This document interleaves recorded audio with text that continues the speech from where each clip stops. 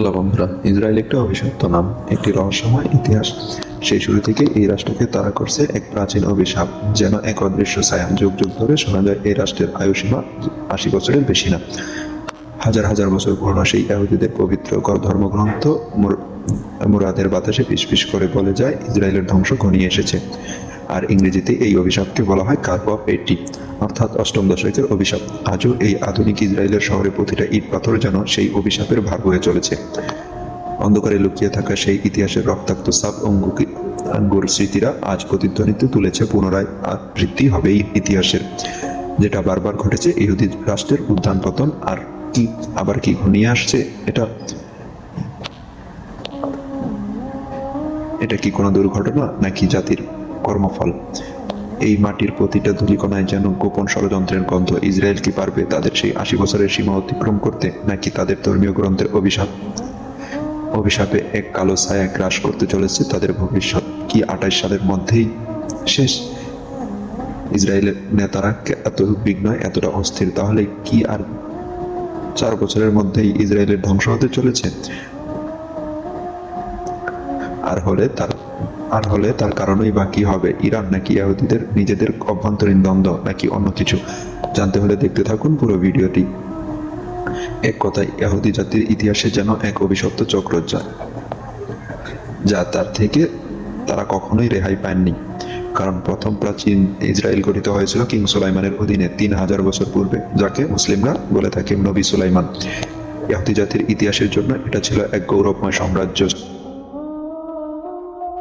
সুলাইমানের মন্দির থেকে আকাশের দিকে ধূপের মতো উঠে যেত তাদের ক্ষমতার প্রতীক। কিন্তু সেই গৌরবের নিচেই চলতে থাকে বিশ্বাসঘাতকতা, অন্যায়।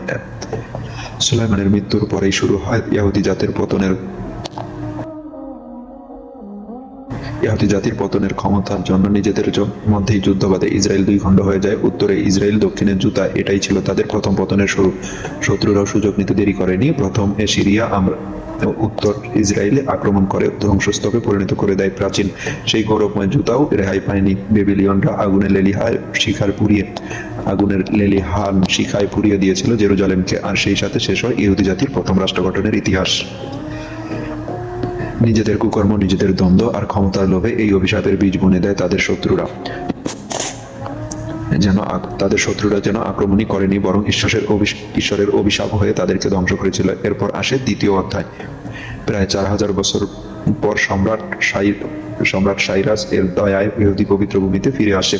তারা দ্বিতীয়বারের মতো গঠন করে তাদের স্বপ্নের ইসরায়েল, আবার তৈরি করে সেই গৌরবময় মন্দির। কিন্তু ইতিহাস যেন বারবার একই পথে ফিরে আসে। অহংকার, লোভ এবং ক্ষমতার নেশায় আবারও তারা বিভক্ত হয়ে পড়ে। রোমান শাসকদের অধীনে তারা বিদ্রোহ করতে থাকে, এবং কি তারা রোমান শাসকদের বিরুদ্ধে ষড়যন্ত্রে লিপ্ত হয়ে যায়। আর সেই জন্যই নেমে আসে রোমানদের ক্রোধ, যা তাদেরকে দ্বিতীয়বারের মতো তৈরি করা ইহুদির রাষ্ট্রকে ধ্বংস করে দেয়। ঠিক ৭৯ বছরের মধ্যেই জেরুজালেমে আর কখনো ইহুদিগুলো ফিরে আসেনি। ইহুদি জাতি ছিন্ন ভিন্ন হয়ে সারা পৃথিবীতে বিতাড়িত হয়। তাদের নিজেদের কুকর্ম ও বিশ্বাসঘাতকতা এবং ঈশ্বরের অভিশাপ যেন ইতিহাসের পাতায় তাদেরকে চিরতরে নেতিবাচক করে দেয়।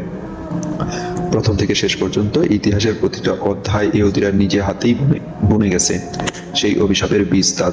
আজ তাদেরকে তাড়িয়ে বেড়ায়। বিভিন্ন সময় তাদের নেতিবাচক চরিত্র ও কর্ম তাদের পতনের পথকে প্রশস্ত করে। প্রাচীনকালে ইহুদিদের মধ্যে ধর্মীয় উগ্রতা প্রবণতা ছিল প্রবণ, যা তাদের নিজেদের মধ্যে দ্বন্দ্ব এবং সংঘর্ষ জড়াতে বাধ্য করেছে। নিজেদের ধর্মীয় পরিচালনা এবং জাতীয় গৌরবের জন্য এক ধরনের অন্ধ উগ্রতা তাদের চিন্তা এবং কার্যকলাপে ঢুকে গিয়েছিল। এই উগ্রতার কারণে তাদের সমাজে বিভিন্ন সময় বিভেদ তৈরি হয়েছে, যা তাদের জাতিকে দুর্বল করে তুলেছে। তবে শুধু ধর্মীয় উগ্রতা না, ইহুদিদের রাজনৈতিক ষড়যন্ত্র এবং ক্ষমতার প্রতি অতিরিক্ত লোভ তাদের চরিত্রতে গভীরভাবে লিপ্ত ছিল। প্রাচীন সময় থেকে তারা শাসকদের বিরুদ্ধে ষড়যন্ত্র করে নিজেদের প্রভাব খাটানোর চেষ্টা করত। তারা কেবল নিজেদের স্বার্থে রক্ষায় কূটনৈতিক চাল চালত না, বরং নিজেদের স্বার্থে অন্য রাষ্ট্রের পতনের পরিকল্পনাও করত। এমনকি তারা তৃতীয়বারের মতো ১৯৪৮ সালে ইহুদি রাষ্ট্র ইসরায়েলে আজও সেই কুকর্মের ধারাবাহিকতা। এমনকি তারা তৃতীয়বারের মতো ১৯৪৮ সালে ইহুদিরা রাষ্ট্র ইসরায়েলে গঠন করে, এমনকি সেই রাষ্ট্রে কুকর্মের ধারাবাহিকতা দেখা যায় আধুনিক ইসরায়েলের মধ্যেও। সেই পুরনো রাজনৈতিক ষড়যন্ত্র, ধর্মীয় উগ্রতা এবং ক্ষমতার লোভ বিরাজ করছে। বৈশ্বিক রাজনীতিতে প্রভাব খাটানোর চেষ্টা, বিভিন্ন দেশকে নিয়ন্ত্রণে রাখার ইচ্ছা এবং শত্রুর বিরুদ্ধে গোপন ষড়যন্ত্র চালানো আজও তাদের এক প্রধান লক্ষ্য। এর কারণ তারা শুধু নিজেরাই সীমানার ভিতরে দ্বন্দ্ব জড়াচ্ছে না, বরং গোটা বিশ্বের জন্য বিপর্যয় তৈরি করে আনছে। এইসব কর্মকাণ্ডের কারণে তৃতীয়বারের মতো আরেক অভিশাপের ছায়া ফেলে চলে তারা, যেন ঈশ্বরের অভিশাপ এবং নিজেদের কর্মফল থেকে কোনোভাবেই পালাতে পারছে না। মজার ব্যাপার হলো, বাইরে থেকে দেখলে মনে হয় ইসরায়েলের মধ্যে সবাই মিলেমিশে আছে, কিন্তু তাদের মধ্যে যে কতটা বিভেদ তা আপনার এখনো অজানা। ইসরায়েলের সমাজ ব্যবস্থা এক গভীর অভ্যন্তরীণ দ্বন্দ্বে বিভক্ত, যা তাদের রাষ্ট্রভঙ্গনের কারণ হয়ে দাঁড়াচ্ছে।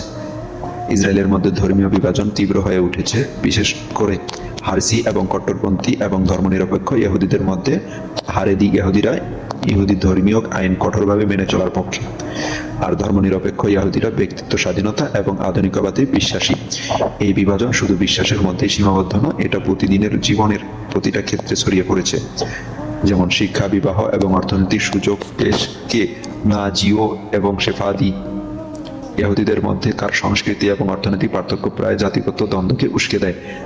এছাড়াও রাজনীতি বিভাজন আরও বেশি স্পষ্ট, কট্টরপন্থী ডানপন্থী দলগুলো এবং উদারপন্থী দলগুলোর মধ্যে মতবিরোধ ইসরায়েলের রাজনৈতিক কাঠামোকে প্রতিনিয়ত ভঙ্গুর করে তুলেছে। সরকার একের পর এক পরিবর্তন, রাজনৈতিক অস্থিরতা এবং নেতাদের মধ্যে বিশ্বাসের অভাব তাদের এই দ্বন্দ্বগুলো আরো বাড়িয়ে তুলেছে। তাদের এই আগুনে ঘি ঢেলেছে ইরান। ইসরায়েল বিশ্বাস করে ইরানে পারমাণবিক কর্মসূচি ইসরায়েলের জন্য এক দুঃস্বপ্নে পরিণত হয়েছে। ইরান পারমাণবিক প্রযুক্তি যত এগিয়ে চলেছে, ততই ইসরায়েলের মধ্যে যেন আতঙ্ক ছড়িয়ে পড়ছে।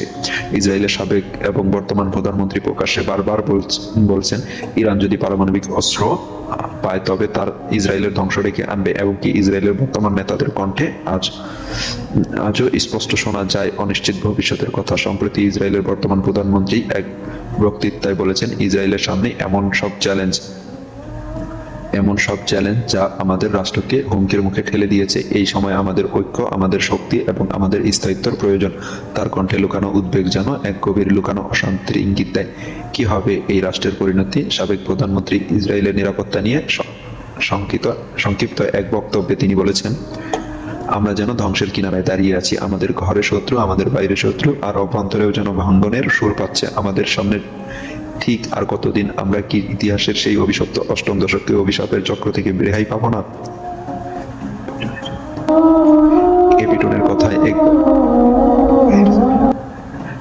এপিটনের কথায় এক ভয়ের ছায়া। এই দেশ কি 80 বছরের সীমানা অতিক্রম করতে পারবে, নাকি সেই অতীতের সেই অভিশাপ আবার বাস্তবে রূপ দিবে? এই সব তথ্য একত্র করলে দেখা যায়, ইসরায়েল যেন তার অতীতের কুফল এবং অভিশাপ ভবিষ্যতের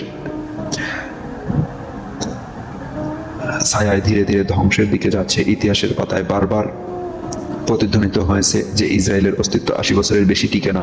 তাদের পবিত্র ধর্মগ্রন্থ কি সেই ভবিষ্যৎবাণীকে আবার প্রতিফলিত হবে? ইসরায়েল কি 80 বছরের সীমা অতিক্রম করতে পারবে না, নাকি তার আগেই বিভাজন, অন্তর্দ্বন্দ্ব এবং শত্রুর আক্রমণে ভেঙে পড়বে 2028 সালের মধ্যে? কারণ 2028 সালে তাদের 80 বছর পূর্ণ হতে চলেছে, ঠিক যেন একটা অভিশপ্ত চক্রের শেষ পর্যায়ে ইহুদিদের দেশ। ইসরায়েলে কি ঘটতে চলেছে তা দেখতে হলে আমাদেরকে অপেক্ষা করতে হবে 2028 সাল পর্যন্ত। সবাই ভালো থাকবেন, সুস্থ থাকবেন। কথা হবে আবার নতুন কোনো এপিসোড নিয়ে। আল্লাহ হাফেজ।